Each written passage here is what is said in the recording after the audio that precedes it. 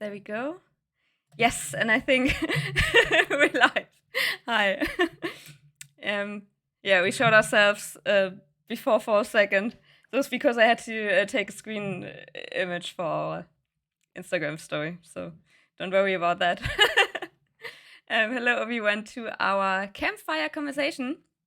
I'm here today with Jonas Fish of Common Colors, and we'll talk about PRIM today. First of all, I'll introduce myself very quickly. I'm Ines from Off the Beaten Track. We're a German indie game developer with a focus on games that make a difference, as we like to call it. So we're keen on developing games that we think change something. So, for example, right now we're in a cooperation with University Frankfurt for an educational game.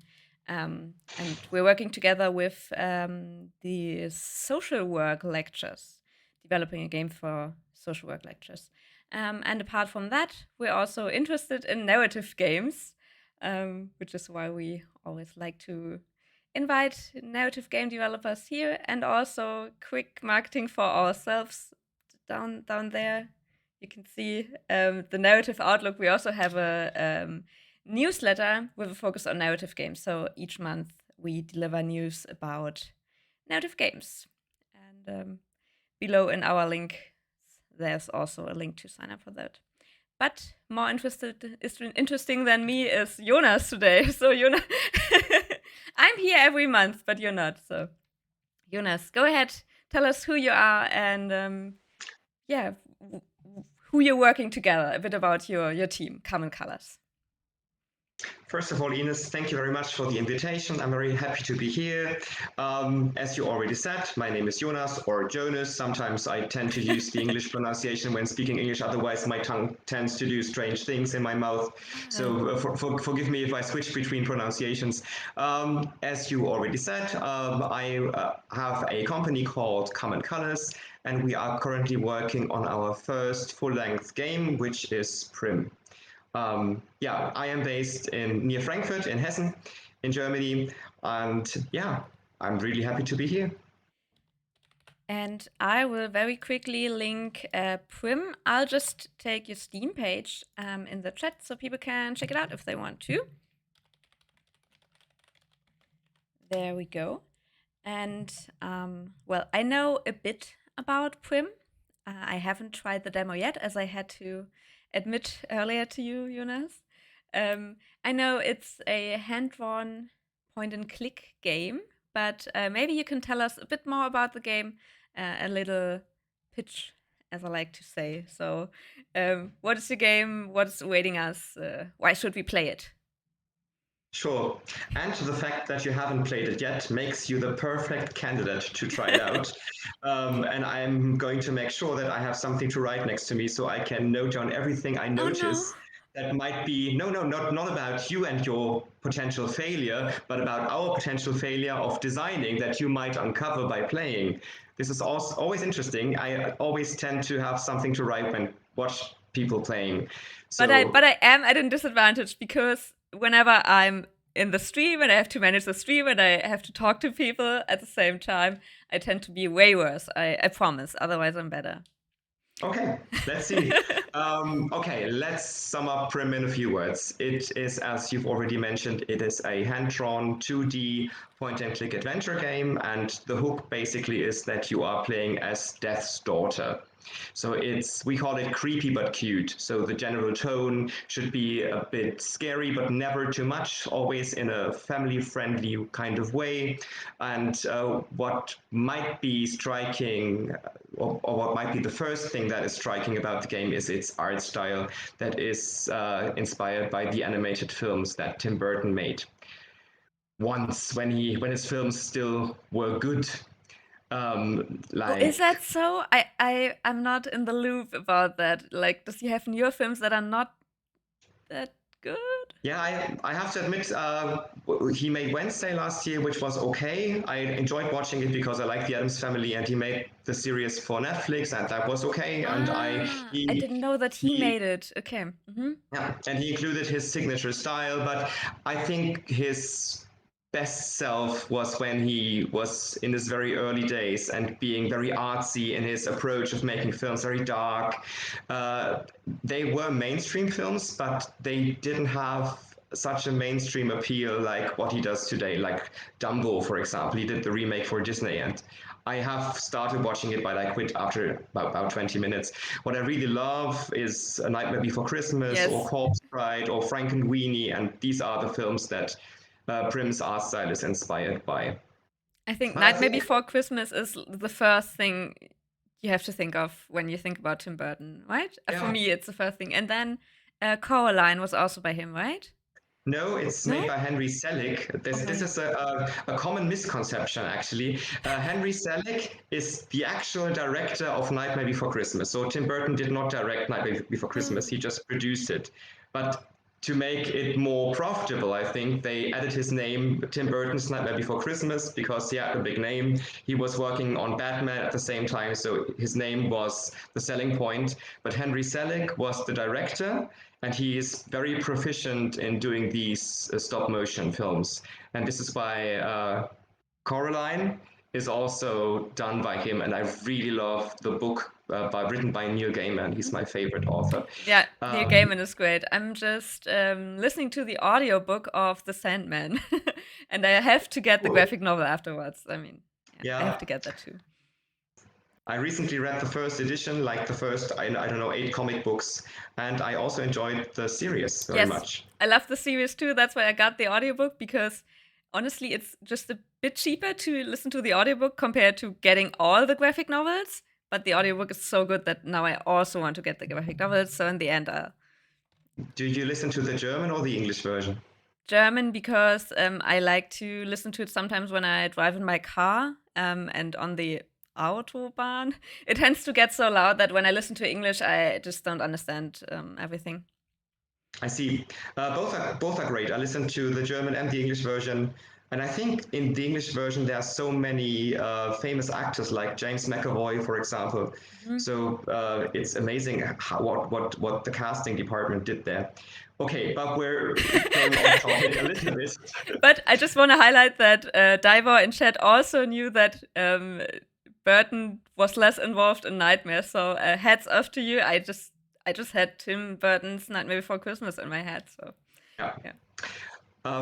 What I really enjoy about the art style we chose is that it is clearly inspired by Burton and his work. And I hope you are going to say I'm right after playing it, but we somehow found our own way of changing the style, and it's not completely the same. It's inspired by it, but it's also our own in some way, and this is what I enjoy about it. And I think I can say that because I'm not the artist. None of the artwork has been done by me. I think the art is the main selling point of the game. You look at the screenshot Mhm. and you think, okay, this is a game I would like to try out because it looks beautiful.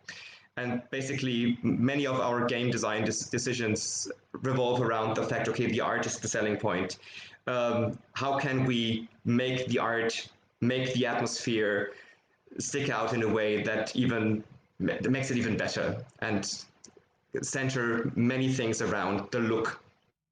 Uh, Um, as a marketing person, I can just say that I think that's a very good approach because we all know the imagery is what you get to see first. I mean, on Steam, you only have that little thumbnail image that has to grab the attention. So, focusing on a good art style, especially in a point and click adventure where I mean, you spend a lot of time just being in this screen that you want to look beautiful and have a special art style. So, yeah, I think that's very good. And um, I, I mean, I've seen a lot of imagery from your game already, like on the Steam pages, in your press kit, and so on.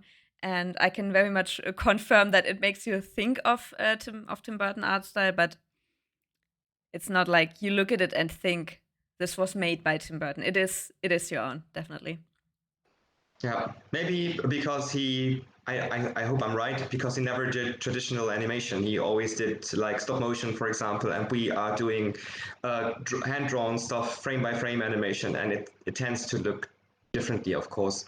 Um, when I created the pitch for the Kickstarter campaign that we did 2 years ago, the pitch was basically imagine Monkey Island, but the art style was created by Tim Burton. The story was written by Terry Pratchett, like in a humorous kind of way, mixing modern elements with fantasy, traditional fantasy elements. And the last bit was the story is also inspired by Greek mythology. That's basically the mix that you get when you play our game. It's a That's the very good intention. mix. Like everything of it sounds really amazing. I just saw that Prim is the daughter of Death, right? And his name Thanatos is also mentioned on your Steam page, so that always makes me happy. I like Greek mythology, and of course also read mythology books by Neil Gaiman, as I guess you did too. Yeah, sure. But he has focused on Nordic mythology mostly, right? Yeah, and then I just mixed it up but Northern. Stephen Fry made books on Greek mythology, which I also love. Yeah, right. I had an audiobook of one of his works. I don't know if he wrote many of them, but Yeah, it was two, I also about think. Greek. Ah, okay. And I loved how funny he retold the stories. Yes. I also listened to it as an audiobook, so Yeah, that is one of my top memories when my daughter was really tiny and I went on very long walks with her in her stroller. And the summer was very hot and there was COVID and nothing to do but walking around. And then all I did was listening to audiobooks all the time and walking around with my sleeping baby daughter. You should have put on like a little speaker into her stroller, so that can be her first memory. Like Yeah. from childhood on, she knows mythology things. Divor also wrote "Daughter of Death" is a very Pratchett pitch. Yeah, I didn't think about it before, but now that you said it, that you said writing by Terry Pratchett, I thought that too. Yeah. Okay, I think let's dive into the demo for a little bit. I Yes, haven't. I can't see you anymore. I Oh, don't know if this is on purpose. you can't see me anymore. No. In the OBS Ninja, is it? Yeah, right. I just see myself. That's weird. I think it still works from my side. Yeah, chat can see. Yeah, thanks, Diver. So it's definitely not on purpose. And let me just check. Is there any? I think I didn't even press any buttons. Is it okay for you like that, Jonas? Just because I don't Yeah, want to sure. break anything, but I think No, it works it's everywhere all else. right. So rather not But in order risking. for me to watch you play, I think I might have to open the stream, which I can, which is no problem. No worries. I'm starting the game and then I'm sharing it to you via Discord because we're Ah, in a Discord call. And perfect. Okay, I just need then just ignore to what I said. start up the game, push it to the other screen, and change the view here. And then, yes, there it is. Oh, and sharing my screen to you.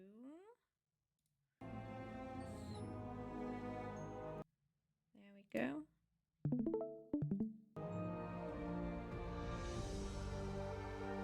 Whenever I click on my other screen, the game minimizes. So it's a bit of a chaos going on here. But Jonas, can you see the game now? I can. Awesome. Then I guess let's just start a new game and see what happens. Ah, yay! I love sound sliders. Because games tend to start way too loud, I think. So I always turn it down by about 50% or even more. But to be honest, the volume of the demo is not really high, so it might be good as it is, but you can change Yeah? it at any point. Okay, Yes. I'll have it like this, and then we can see whether it's okay or too quiet. Start new game. Let's go. Dear Diary, they say friends are the family we choose, which by implication means our family is the family we don't choose. If you're wondering why I'm stating something that obvious, I'm already confused. wait until you meet my father. That's him. He is death. And I don't mean that like in he's dead serious or he bores me to death. No, he literally is death, ruler over the underworld, reaping the souls of the living after they pass away. Well, that alone wouldn't be much of a problem. I mean, other children have cruel parents as well. Parents who are tax officers, lawyers. I love the animation and the drawings My already. problem is, for Yeah, we had to days, find a way to come up with a way of doing the cutscene without making it too time-consuming, and we went with this however, line work, never, outline-ish style, which fits the mood pretty well, I think. Yeah, it also gives that impression of like she draw these scenes in a childish kind of way, which I like. Yeah, right, that was the idea. Like she's writing in a diary Yeah. and she maybe drew the sketches that you see. There, unquote. And the land of the living, you might guess it, is a no-go as well.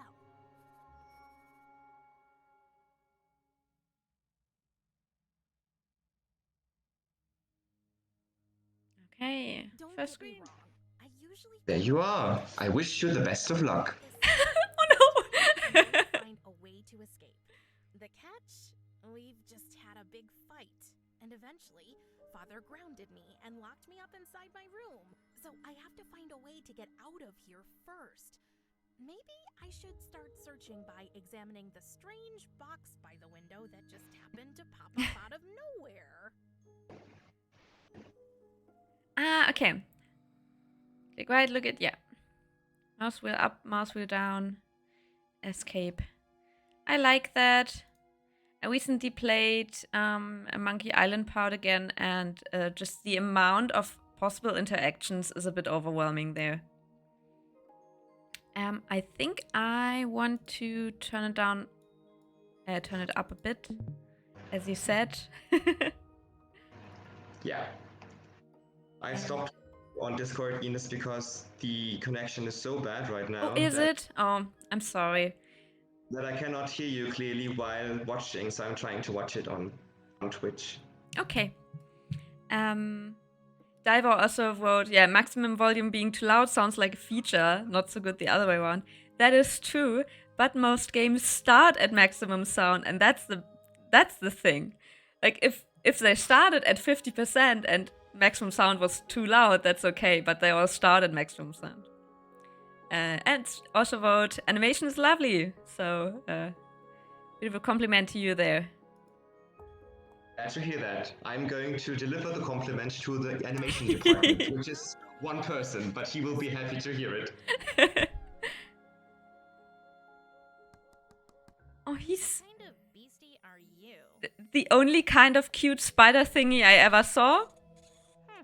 Seems like a Actually, we were pretty afraid that people who are afraid of spiders might be triggered by the creature, but fortunately, even people who are very, very phobic when it comes to spiders, they have never told us that they are triggered by it. So it seems to be so outlandish in its looks by being an eyeball that it usually doesn't trigger you. That's interesting because you know, there's this game Grounded. It's a survival game, right? And I mean, totally other game. You play as a tiny person, and there are big spiders, which are like enemies in the game, and they have a mode for those with arachnophobia.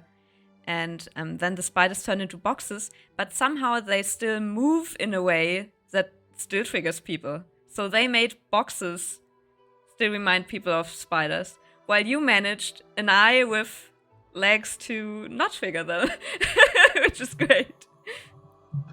Lucky us. Your parents must have crossed a couple of biological So- and ethical lines. Okay. Okay, I think I can see now what you're doing, but it might be a few seconds delayed. Yeah, okay. I think that should be okay in a point and click, I hope. Yeah, sure. Because it's Father says a bit in slower When I talked gameplay. about only when I talked about our animation artist a few minutes ago, I thought it might be a good point to introduce the team a little bit because Oh, they yeah. deserve all the attention they can get. So if you're interested, then you can listen now. Otherwise, you can just skip to a new section of the video. But this is our team. We are a very small team. Right now, there are 6 people working on the game. I'm going to start with the one I've already mentioned. His name is Lukasz, and he's from Poland. He's the only non-German member of the team, and he is the animation artist. He's doing the animations with a software called Blender, if you're familiar with that, and he's mostly doing stuff with frame-by-frame animation. Not always. Sometimes he can use like puppet-related animations, moving the limbs that he created, but mostly, especially right now, on the ones that we've been working recently, we tend to do things frame by frame because it's just more lively, and I think you can really, really sense the difference. And it's the cool thing about it is that it's not perfect. The shapes they tend to twist a bit, and if you really play it very slowly, you see, okay, it's not perfect, but this is what makes it lively. And he's very talented, and he does music videos. He's also a great musician, so he's a great guy and the perfect animation artist because he perfectly hits that cute aspect of the creepy but cute that we're aiming at, and the animations are so cool. Then there is Steffi Kick. She's already worked on the Deponia series, and she's working as awesome. she's working as our background artist, and she's drawing all these beautiful landscapes and rooms that you can walk through. And she joined the team right after the Kickstarter, because right after the Kickstarter, our old background artist left the team, and then we had to find somebody new, and we were really lucky to have found her very quickly. And from then on, she has perfectly nailed the style in all her work. And she's very quick, actually. And I think she has to deal with me being very picky sometimes and very critical, because I think that the art style is the main selling point. Then I tend to be very critical about artwork sometimes, or maybe even about some minor details that nobody except for me will ever notice, but it disturbs me somehow, and I need to have that changed sometimes. And I think I'm not always easy to work with, but I'm working on myself, and the work we produce in the end is amazing. And that's Steffi. Then there is Susanne, and she's our musician, our composer. There will also be a second composer, which is Brian, actually the second non-German member of the team, but he's not in the team right now. He will do the music for the cutscenes later that year. But our musician for the gameplay scenes is Susanne, and I had a great experience with her because she's not only a very talented and amazing composer, who I am not critical at all about. So she just sends me the music, and I always say, it's perfect. You cannot improve this. Music is also, it's so hard to criticize music, right? Absolutely. But this is where the scene comes to life. I mean, when the background animations are placed and the music is played, then the scene suddenly, even though it's just 2D assets, it suddenly comes to life. Add a little bit of parallax scrolling left and right, and then you suddenly have the feeling, okay, I am there. And she invited me, and I was very lucky because of that. She invited me to go to Filmorchester Babelsberg in Potsdam in Germany, because she's part of a collective of female composers. And each year she can record some songs, some tracks with the Film Orchestra Babelsberg, which is probably the most famous orchestra we have in Germany. And so in February this year, I traveled to Potsdam, and we recorded a couple tracks for PRIM with the orchestra. That's completely awesome. Surreal that is crazy. Moment. Absolutely. That's amazing. And now we can even say we have live recorded soundtrack. That's absolutely insane. I mean, you can just put all these amazing things on your Steam page, which is so great. Yeah. That's what I thought when I traveled home. Another keyword for my feature list. Jonas, you gotta give me a little hint here, because so now I'm up here, and I thought, well, I can just cut the cobweb thread now, but apparently it's still too far away. I can't reach choose. Right? Yes, you have to find some other place to be raised. So you have to find Okay. another place to get a little higher. And Armchair. it is not the balcony, right? It might be the armchair. It Good might be idea. the armchair. It is not my lucky day when it comes to watching you play, actually, because Twitch is also not working right now. So I'm What? basically blind. Just tell me what you do, and I try to react. Oh no. I'm so sorry about that.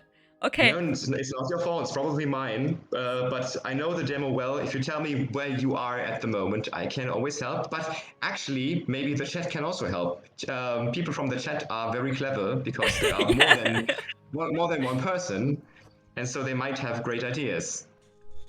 That is true. People, if you have good advice. Oh, I have that Vampire X spray, and I guess I have to spray him first with that.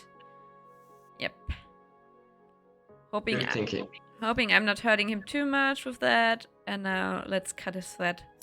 By the way, are you playing the German or the English version? The English version. Okay, there is a fully voiced German version too. Wow. Just in case you're interested, yes. For anybody German watching, if you have watched Ines play the demo in English, why not head over to Steam and play it in German afterwards? And it's gone again. Okay. Now it's on the bookshelf. Mm-hmm. Okay. Feeling. But I have that bottling jar. But I can't open it. Okay. I'd love to free the glowing thingies, but I can't get the lid off. Mhm. My palms are too sweaty. My palms are too sweaty. Can I... Let's see if I can open it. Can I open it with the blanket? And it actually worked. I love it because it's exactly the thing when you have like a glass of marmalade and you're in the kitchen, you just take a towel and... By now you should be seeing glowing thingies flying out of the glass. After that, I'm going to say something about the blanket puzzle. Adventures together. Yeah. Now they disappeared again. Okay. When it came to the blanket puzzle, I think we are trying something that is really hard to do throughout all the game, but we're trying to do it. Because, you know, in adventure games, sometimes logical things are not possible. Things that are solutions to a puzzle that would work in real life, like use the blanket to open the jar when your palms are sweaty, is a logical solution. But at first I did not think of it. There are actually 3 ways to open that jar. What? The first one is use the scythe and open it with the scythe. You can also use the scythe when it's already combined with the arm. So there might be actually 4 ways. You can also use the arm if you haven't combined it with the scythe yet. You can use the arm, and the arm opens it for you because the skeleton arm does not have sweaty palms. Or you can use the blanket. So I tried to, and I think this is easy when it's just one room. But think you have 15 rooms all at once. And then what do? You have to think of every possible idea players might have, and this is probably impossible, but we try to do our best here to offer all the logical solutions. But I think it's a common adventure game problem, and we won't be able to get rid of it completely, but at least we are aware that it exists. I mean, that sounds like a really good approach because, I mean, you want it to be a bit hard. You don't want puzzles to basically solve themselves. But it's really cool to give you multiple options because, yeah, as you said, in real life, it's not just one option to do things. There's not just one option to open a stuck jar. There's multiple options. And I'm a big fan of the blanket option. I really am. Cool. Diver asked in chat, what percentage done is PRIM? Everything I know is that on your Steam page it says that you're scheduled for release this year, but share however much you want on that. Yeah, probably late this year. We intended to release in Q3. Let's see if we can stick to this deadline. We do our best. It depends on which department you're looking at. When it comes to drawing the backgrounds, we are pretty far, maybe 3/4, maybe a little more, maybe even 80%. When it comes to animations, things are going much more slowly than we expected because frame by frame animation just takes a lot of time. And we have not really expected how much actually it takes. But right now we have a pretty good flow. And I think we're making better progress than a couple months ago. So we might be finished a little more quickly than I imagined. Let's see. The other problem is that I tend to rewrite parts of the story sometimes when I get inspired and I think, okay, there has to be this scene and this conversation, and to make this part of the story clear, we have to add this. And you might know, Ines, when making a game, this is a process in which concepts are changed all the time because of iterations you need to do when testers test the game and don't understand what you intended. So it's basically a process where things that you originally planned change all the time. And this is what makes it hard to estimate for me personally, because it's my first game that has a scope that is bigger than 2 rooms. So I can just, as always, say we work as quickly as we can, but the most important thing is we work as good as we can to not release something that feels unfinished or unsatisfying. So this is basically my opinion on delays in games in general. I can always understand when people delay games when they say, I want to deliver the best game possible. And this is what we try. And this is all I can promise. And let's see if we can stick to that deadline. We really try. If it doesn't work out, I hope that nobody's angry with us. Also, Davor said in chat, I started asking percentage done instead of release date because I get much better and less salty answers. And I think that makes so much sense, especially for indies. Yeah, you're right. When is it going to release is such a tedious question. Also because as a player, I don't really care exactly when it releases. I just want it to release in a good state. So rather take your time than release a game that you yourself see problems in. Absolutely. So percentage done. Thanks for the tip, because I'm going to start asking that question too, I think. Really makes no sense. Yeah, so it depends on the department you're looking at. Background art pretty far, animations not as far as we'd like to be, maybe half of the animations, maybe about that. We still have to do a couple of things that we haven't even started, like casting voice actors, recording voices. But as you might expect, you can only do this once the script is finalized. And this means that the script or the game itself has gone through excessive rounds of testing that proved, okay, this version of the script is the best version. And only then you can start recording the lines, because it would not make any sense to record lines again afterwards. So this is something that you can only do when the script is finished. When it comes to music, we're already done, because Susanne is so amazing, and I basically take everything she gives me and say, okay, this is the final version, this is it, except for the cutscenes where the music still needs doing. And we have just started adding sound effects, actually, because also pretty sad story, actually. We had a sound effects artist we intended to work with, but he's from Russia, and all of a sudden we were not able to pay him anymore.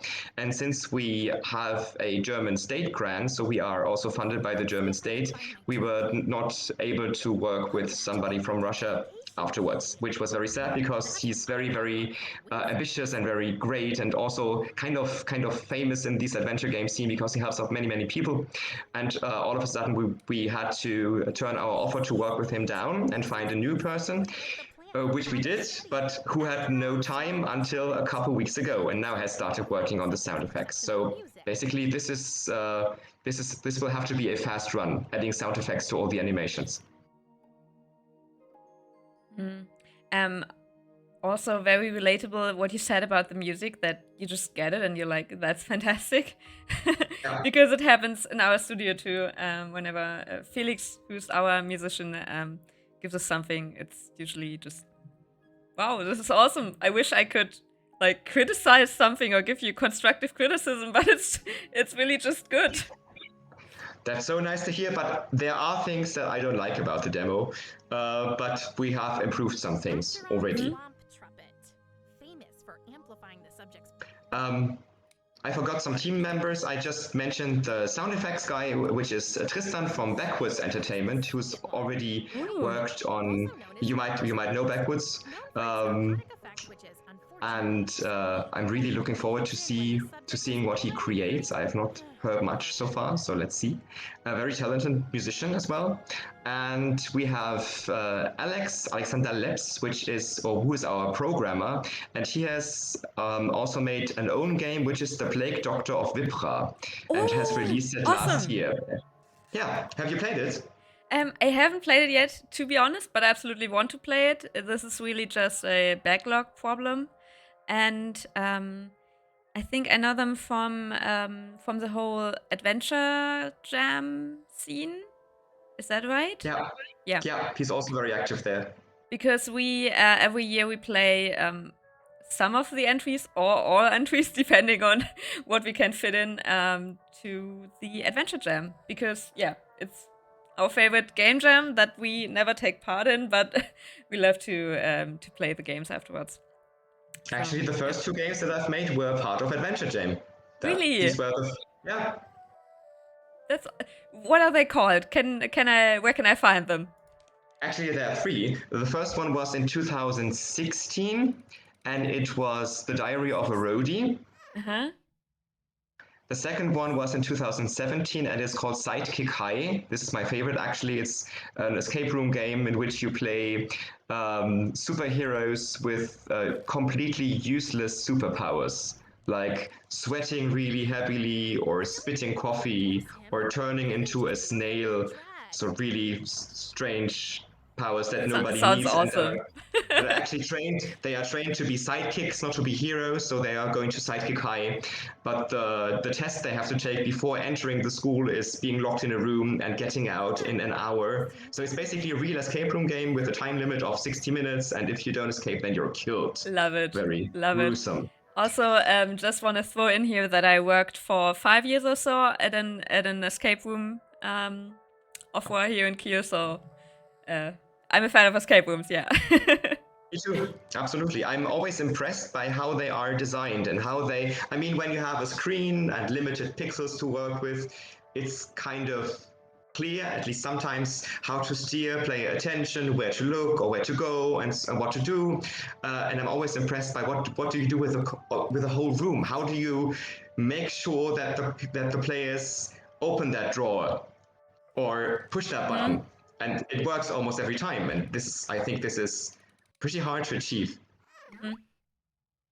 Also, Divor wrote Adventure Jam represent. So, yeah, this is our whole thing.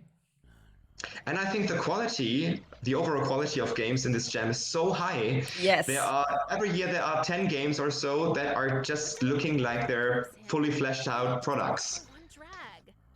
Short ones, yeah, but they are made with so much proficiency and love and great ideas. I mean, this is what jams are for. You have a crazy idea that might be completely new or nonsense, and you try it anyway, and the outcome is hilarious sometimes. I wonder why that is. Tell me where you are, Ines, right now. Okay. I think I got forward pretty well, so I found those herbs and I identified them. And now I put one of the herbs into Thanator's pipe, the White Widow, because it's supposed to make him sleep, right? But it didn't work. So that's where I am. Okay. I'm just now trying to put the other one in. Okay, cool. Overdose him. Put in just enough for one drag. Diver wrote, a lot of adventure games are basically escape rooms. Yeah, at the beginning when I worked at that escape room, and we really had to explain to a lot of people coming on there what an escape room is, because that concept was, at least in our city, pretty new. I often compared it to adventure games. Yeah. Yeah, it is important when you consider pacing of an adventure game. And I think this is crucial to how an adventure game feels and how the story is driven forward, that there are sections that are pretty open. In our game, for example, the second act is a pretty open one. The first one is rather linear in terms of which rooms the player can access from one to another, but the second act basically opens up the entire realm of the dead, plus things I don't want to talk about now.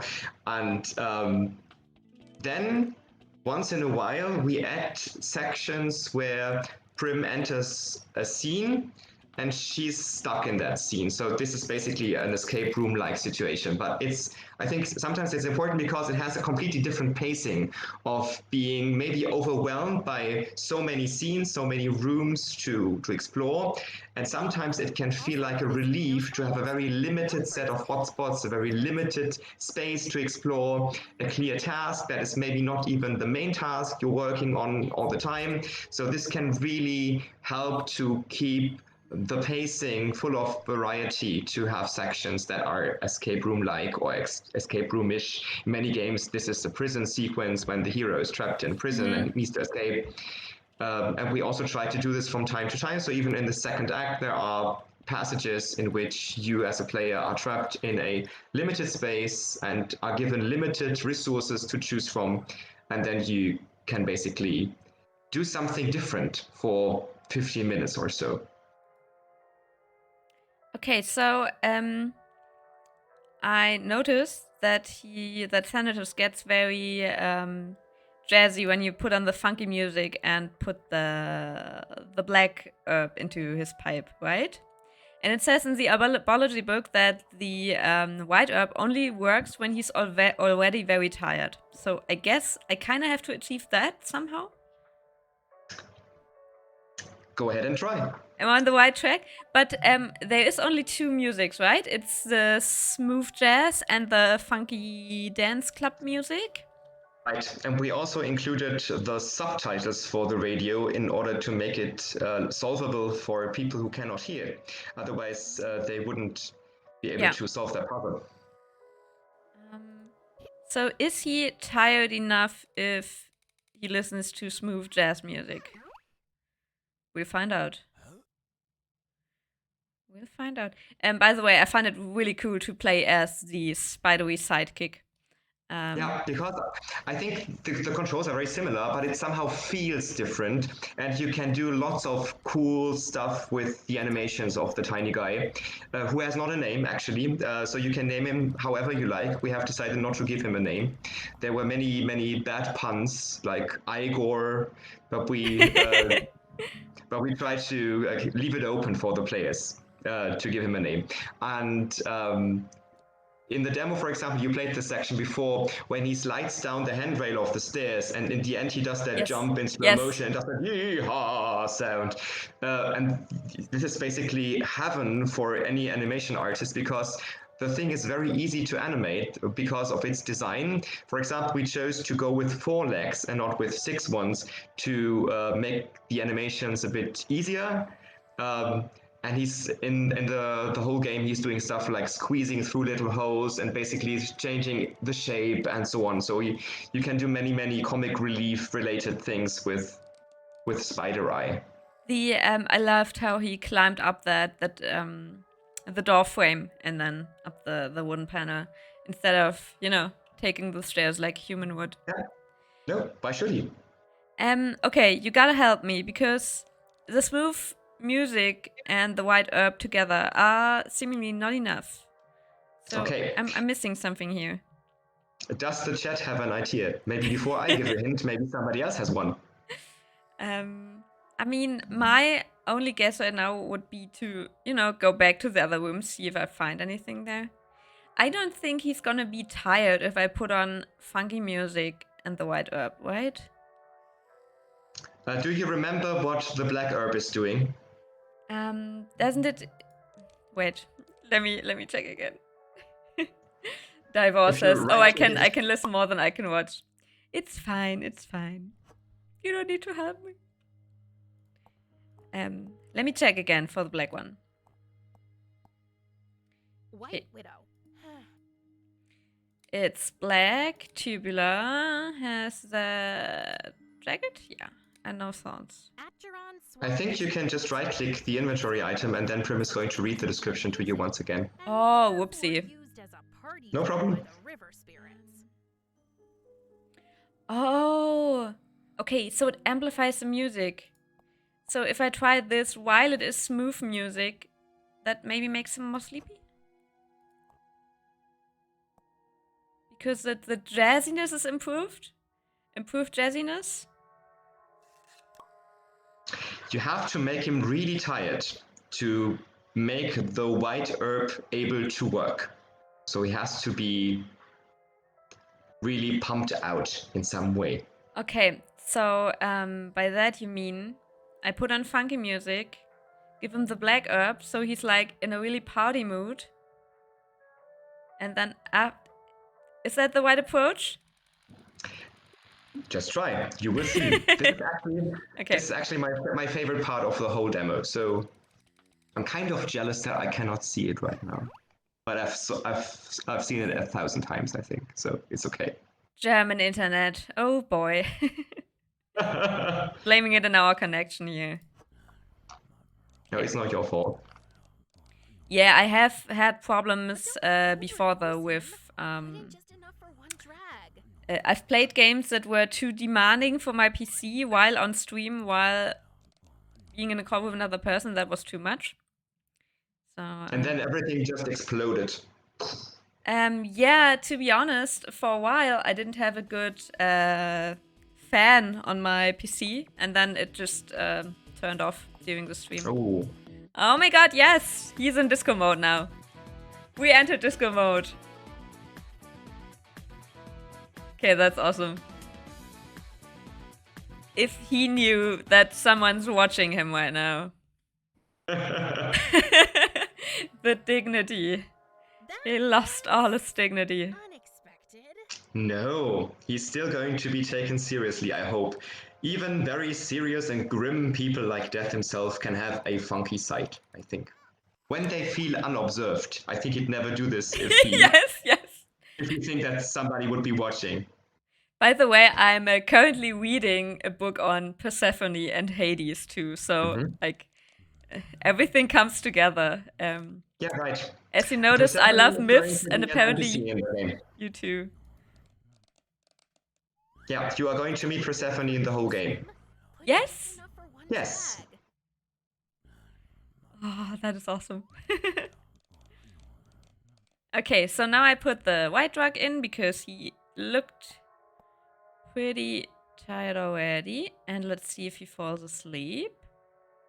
Sweet dreams. Sweet dreams, she says. Yes. Okay, awesome. So we solved at least the first room of this escape room. The one thing, or one of the things I don't like about the demo, did you spot where the keys are? Yes, but it took a while. Yeah, because the hotspot on the key, even if you use it, I don't know if you're playing with the hotspot key. Do you? Or do you? I found it without the hotspot, but then a few minutes ago when I wasn't sure what I was missing, I used the hotspots and saw that. Yeah.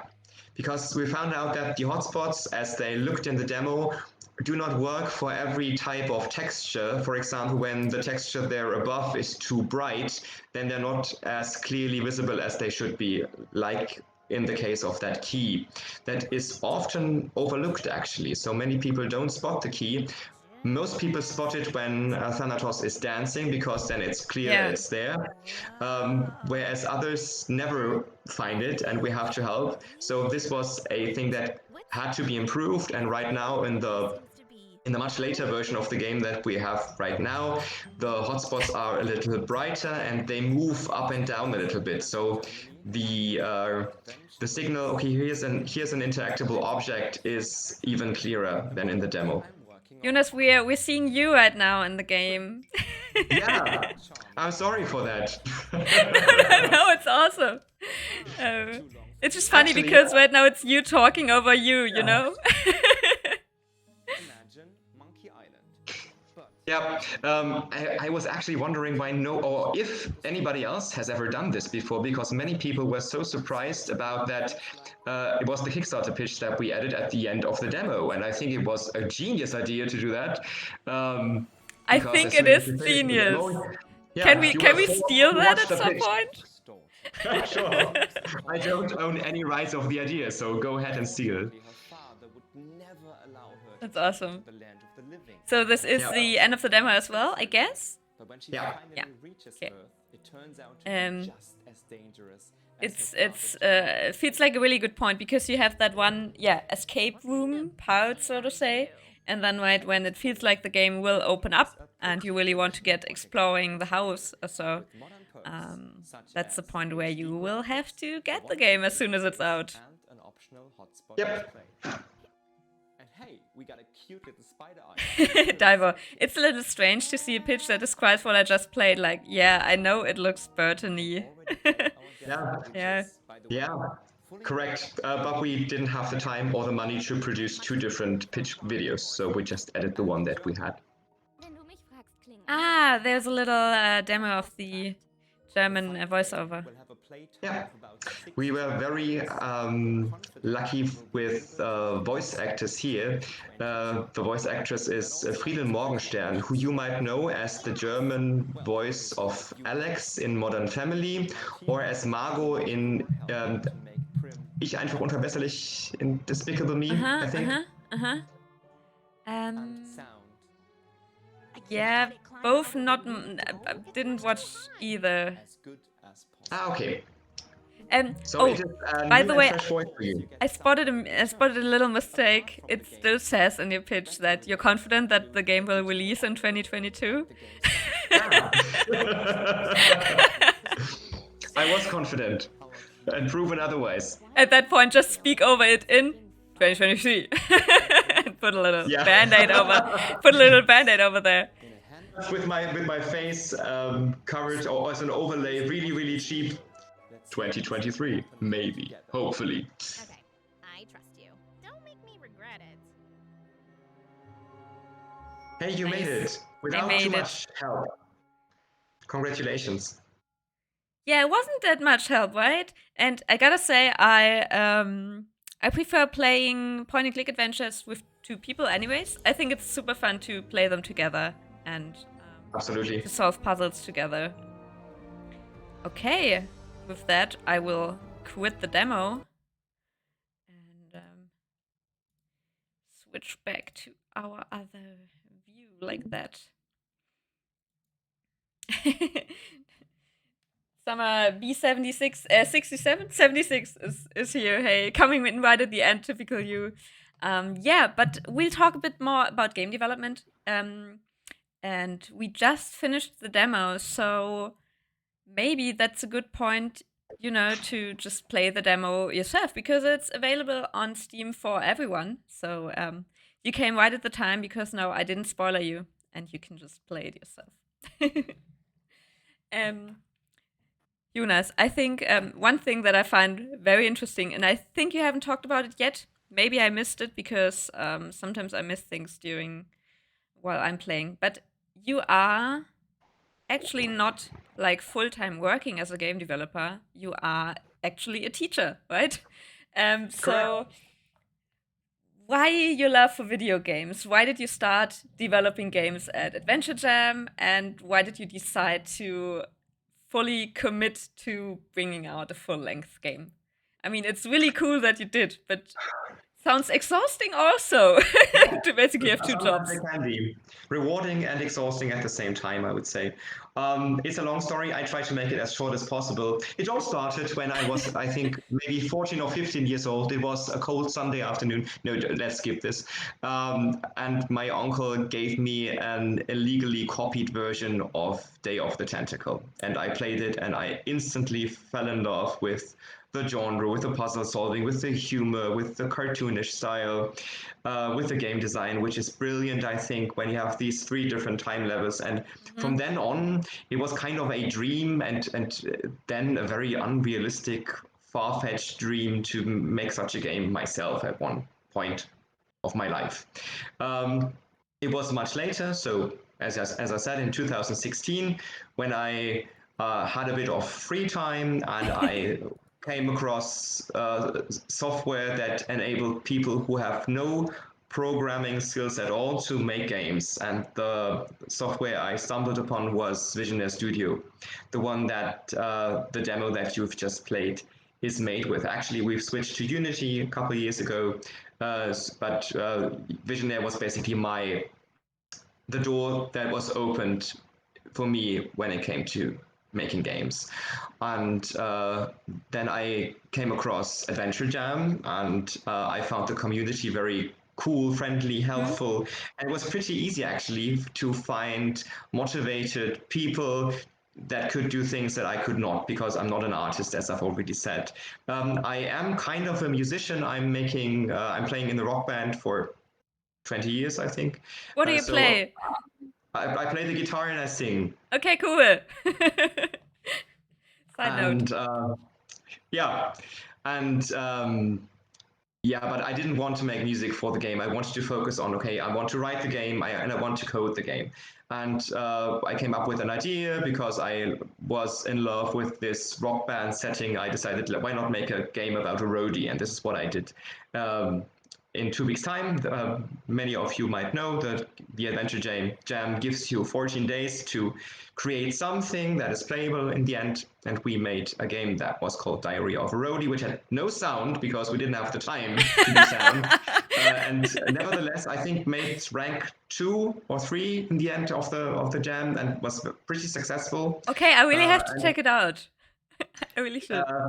Nowadays, I have to be honest, I'm kind of I kind of cringe when I read what I wrote because it was very stereotypical, very cliche, like a groupie and a roadie and a drunken rock star and like this.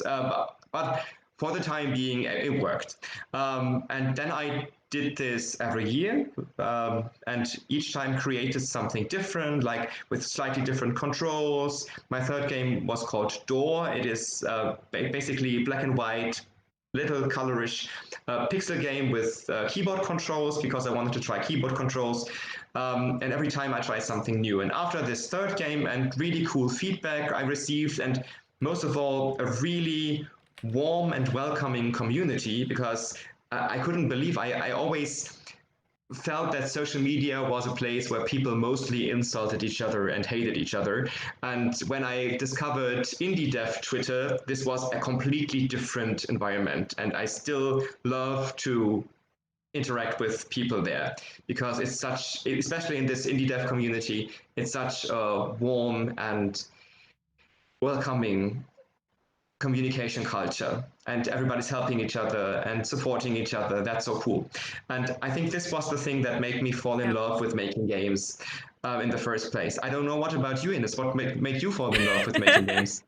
I mean, I'm not making them myself because for a very long time I didn't really think I'd be able to learn the skills to develop games myself. I've played games since I was a kid because I have a big brother. So he was the one always buying, Computerbildspiele and so on. And then I played all the games that were on the CD-ROM at the time. And it was only in 2016 when I worked. 16? Is that right? Yeah. When I first worked at the Gamescom at the booth for Nintendo.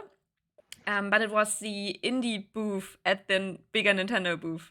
And there I got to meet some of the developers and noticed that, well, there's more than just developing games. There's also marketing games, community management, or the business side of games. And you can still get into that even if you can't program and if you're not an artist.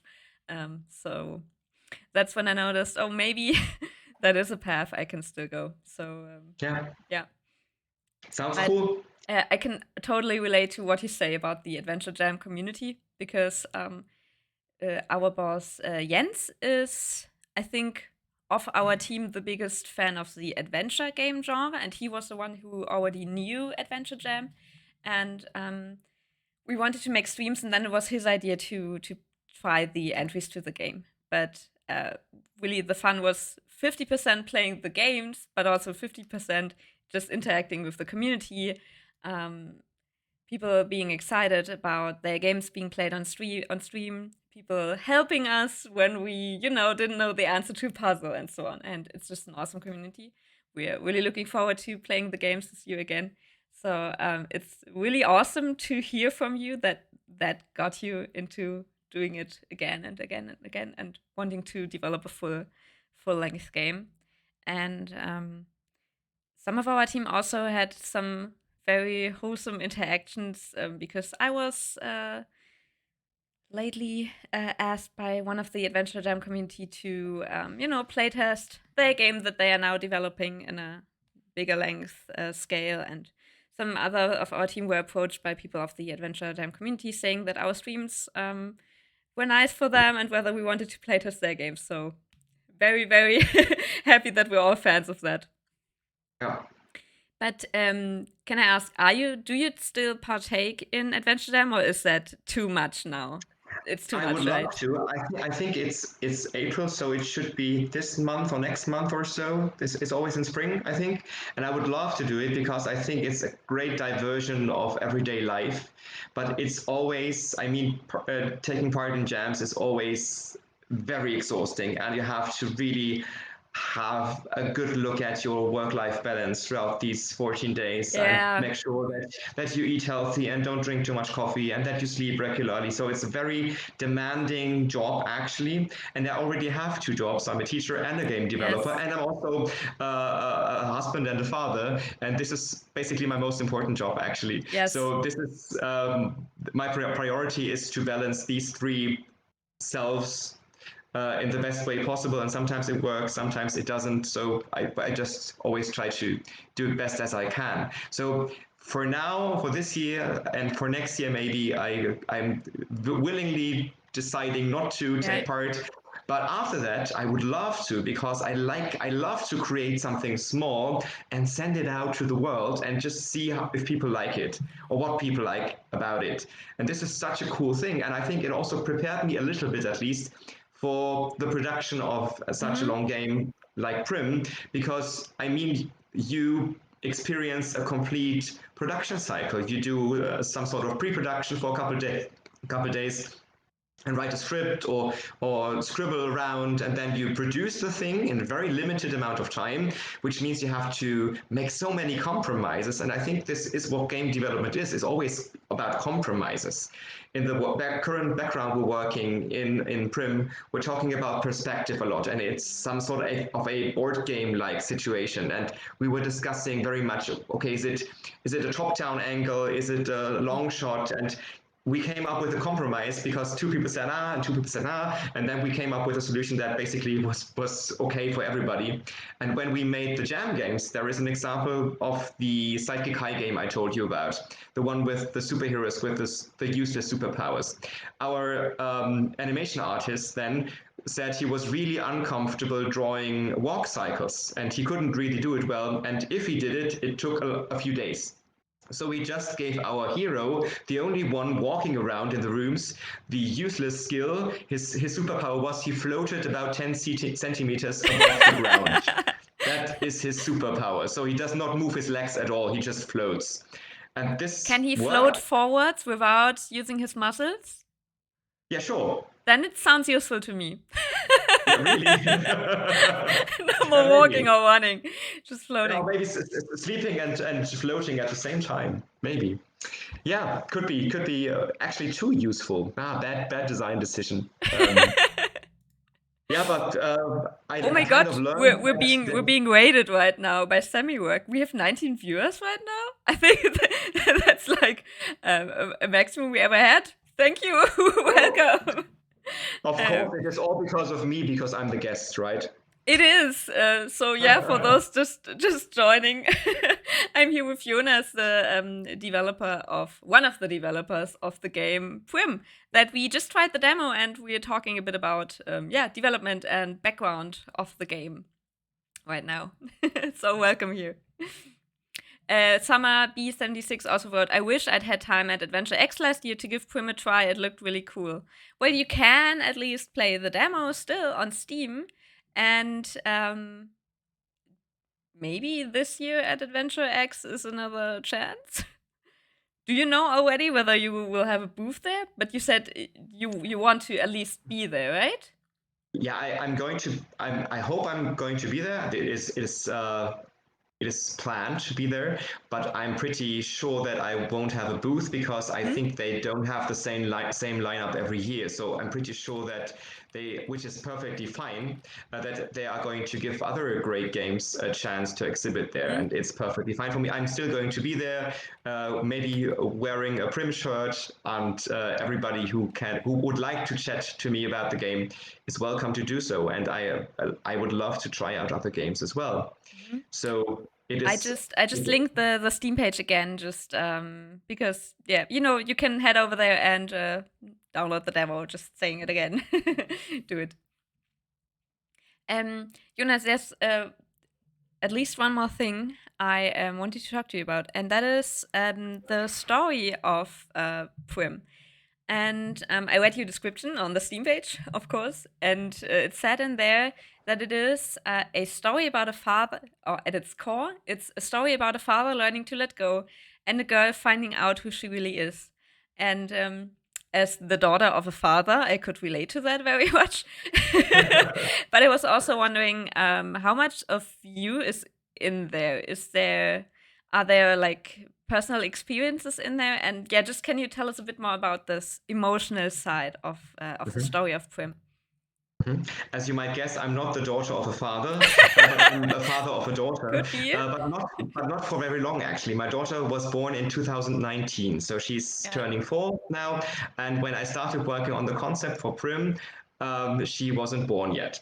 But she was on the way, which was maybe because, or maybe the reason why I started thinking about fatherhood, being a parent, the good sides, the bad sides, the complicated sides of it.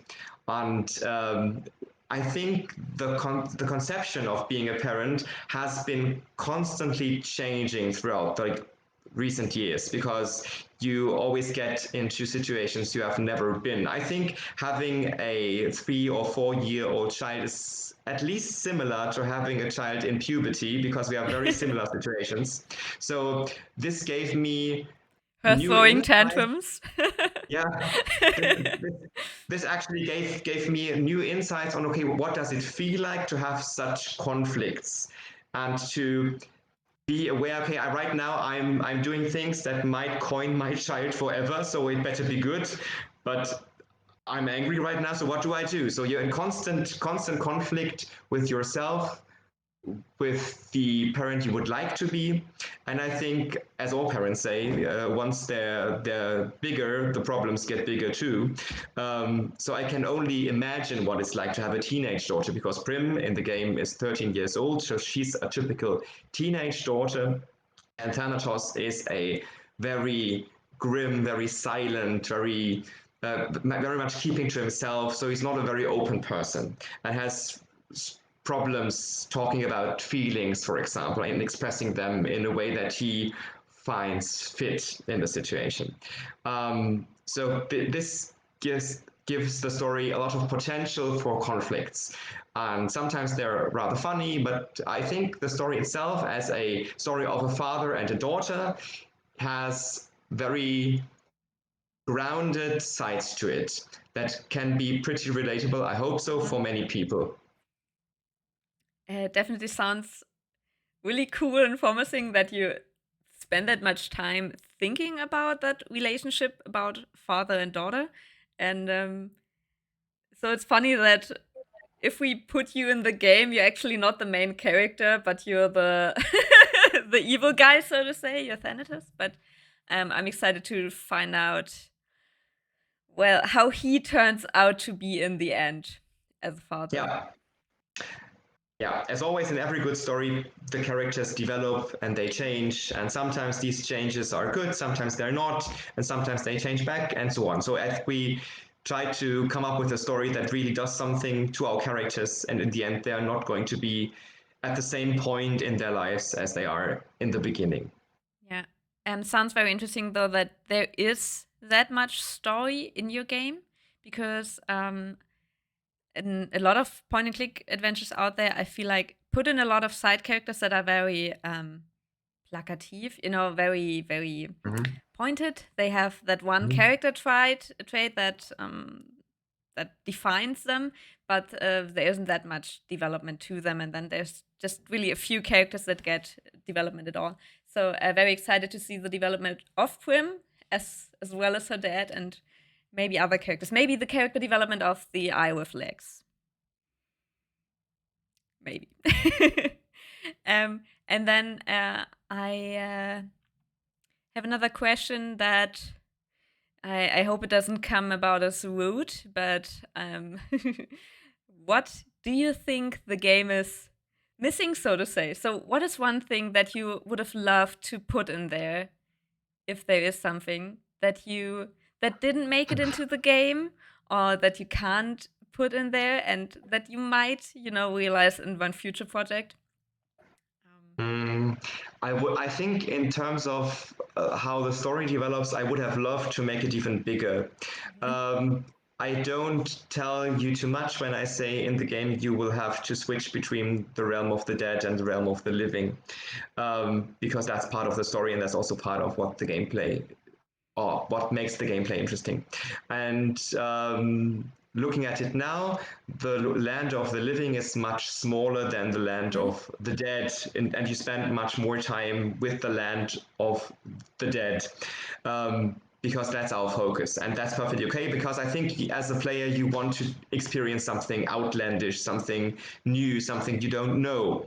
And I think that's okay, but I would have also loved to flesh out the world of the living a little more and not be reduced to a limited amount of scenes there, to kind of understand the human characters a little more, and give them more backstory.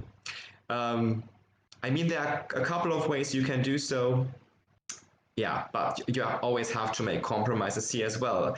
You cannot write too much text. I mean, you can, but players are going to get bored at a certain point, so you have to find other ways to let limited environments tell stories of whole worlds. And I think this is what we tried with the demo. We tried to give the player an impression of the land of the dead. What kind of flora do you find in the land of the dead? What kind of sports do you find? Yeah, I don't know if you clicked it, but there's a poster of a sport called basketball in the background of PRIM. I'm excited to find out more. And actually, you can kind of play basketball in the game because it's a card game. In the game, there will be an in-game deck building I wanted card to ask game. about that too.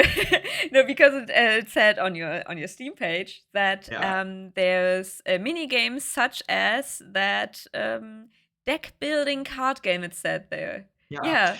Which means that when you go outside and in every scene you find hidden cards that that you can spot if you're good, but sometimes they're hidden really really well, so you have to look closely to spot them. And as soon as you've collected 8 of them, you can challenge NPCs and play against them. I love it. I don't think I've seen the matchup of point and click adventure and deck building game yet. I know that deck building part from RPGs like Witcher with Gwent, or a lot of the Final Fantasy games have it. And I mean, maybe it is out there already, but I haven't played a point and click adventure with a deck building card game yet. There is one I know, which is The Night of the Rabbit by Daedalic. They have a card game in. Haven't I played The Night of the Rabbit? I think I've played it. There was a card game in there? Maybe I just don't remember. Night of the... I'm just Googling it, whether I have the right game in my mind. I'm not sure if it's deck building, actually. I'm not sure if you can collect the cards. And of course, if you beat an NPC, you get his or her best card and improve your deck furthermore. Awesome. Can you tell us what the theme of that is? Because is it fantasy creatures, or is it other characters, or what are the cards? It's even better. As I've already told you before, we did a Kickstarter campaign 2 years ago. And one of the rewards that the backers could pay for was being drawn in the style of PRIM. And they were basically drawn as basketball players. So all the basketball cards are actual people that really exist in the real world. Cool. But dressed as football players with special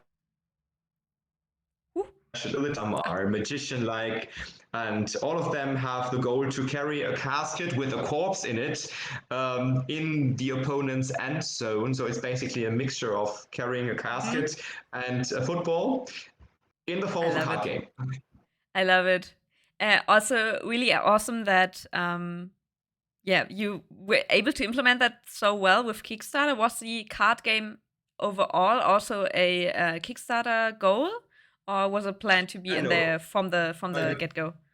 Yeah, right. It was planned from the beginning on, and this is why we could make it a reward. Otherwise, we would have we would have had to give the people their money back if we didn't make it. So we originally, and we stuck to that plan. We tried to implement this from the start, and this is one of the things in the game that are done. So you can already play basketball as much as you want and challenge all the NPCs. And sometimes, if I God. have some free time, I just play basketball all evening. I love that. I mean, also in Witcher, I went around and got all the grand cards, and Final Fantasy VIII. There too, I played the card game all the time. So very excited for that. Also, I bet you can see, like the differences in time played between the players who just finish the story and the Absolutely. players who get all the cards. Absolutely, but there is a puzzle tied to it, so you need to do a bit of basketball playing. This is obligatory. Yeah, I like that too, though, because if there's no incentive to try it at all, sometimes you just won't. So it's good to get players to at least try it, and then they can decide whether it's for them or not. Yeah. But if you want to, you can continue playing for hours and hours and collect all the cards, and you will surely add an achievement to that. So we will see if there are people who actually play a lot so they can get all the cards. And it's such a great merchandise option to print all those cards out, for real. Actually, that's also a reward for all the Kickstarter backers. All Kickstarter backers receive a print-at-home version of the card game. I don't know what to say. I'm a fan. That's great. I think I don't have any more questions right now. Is there anything you feel like you haven't had the chance to say yet about PRIM? Not really. What I can say to everybody watching is, even though we have not released the game yet, there are a couple ways that you can help a small game studio like us. Of course, like wishlisting the game on Steam. If you have a Steam account, it is also available on GOG, so you can also wishlist it there. It's also coming out on itch.io if this is your preferred platform. It's going to be released for PC, for Mac, and for Linux. That's the current plan. But we've also already implemented gamepad controls, for example. So porting it to other platforms is possible, and we are thinking about this. And we have a Twitter account. This is the platform that we are most active on. This is a prim_adventure, I think. So if you want to follow us there, let me link it in a second. Yeah. And if you have other questions at any point in time, just hit me up. You know where to find me, or write me an email. If I have the time, I'm going to write you back. Linking the Twitter here. No, I linked the Steam. Oops. Yeah. Instead of the Twitter. That's because I actually have problems with my mouse, which makes it hard to highlight things. But Technology it is is making us today.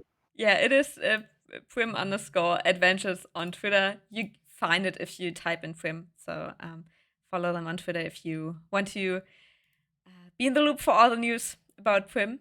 And I'm very much looking forward to the release, definitely. Me too. With that, I mean, you said everything about your game, so this is just my last chance to say something about us here. We are also on Twitter, though we're not that active right now. But we will be if we have an own project going on again. So we are on Twitter as well, called Off the Beaten Track. And we are also on Discord. We have our Discord server, which is linked below and which is the best way to communicate with us or give us feedback. So if you enjoyed the stream, if you want to get a notification for our next Campfire conversation and who our guest is going to be, or if you just want to chat with us, go to our Discord server, join us there. That's awesome. And we also have a newsletter, which is down here. There's the banner. The Narrative Outlook. It's a newsletter with a focus on narrative games, which goes out every month. So in there, we always put news on narrative games, like what's new, what's newly announced, what events are coming up, which game just released. That might be interesting for you. And of course, we also put some news from our studio in there. So what's going on at our place, what's new, what's coming up, and so on. So that's also linked below in our info box. And yeah, subscribe, try it out. That's all I can say to that. With that, thank you a lot, Jonas, for being here today, for talking to me about PRIM and answering questions and helping me with the demo. I had a great time. I'm very happy that I finally got to play the demo, and I'm hooked. Thank you so much for having me. With that, goodbye, everyone, and see you in 3 to 5 weeks. Don't know when exactly, but we'll see each other for the next Campfire conversations. Bye. Bye-bye.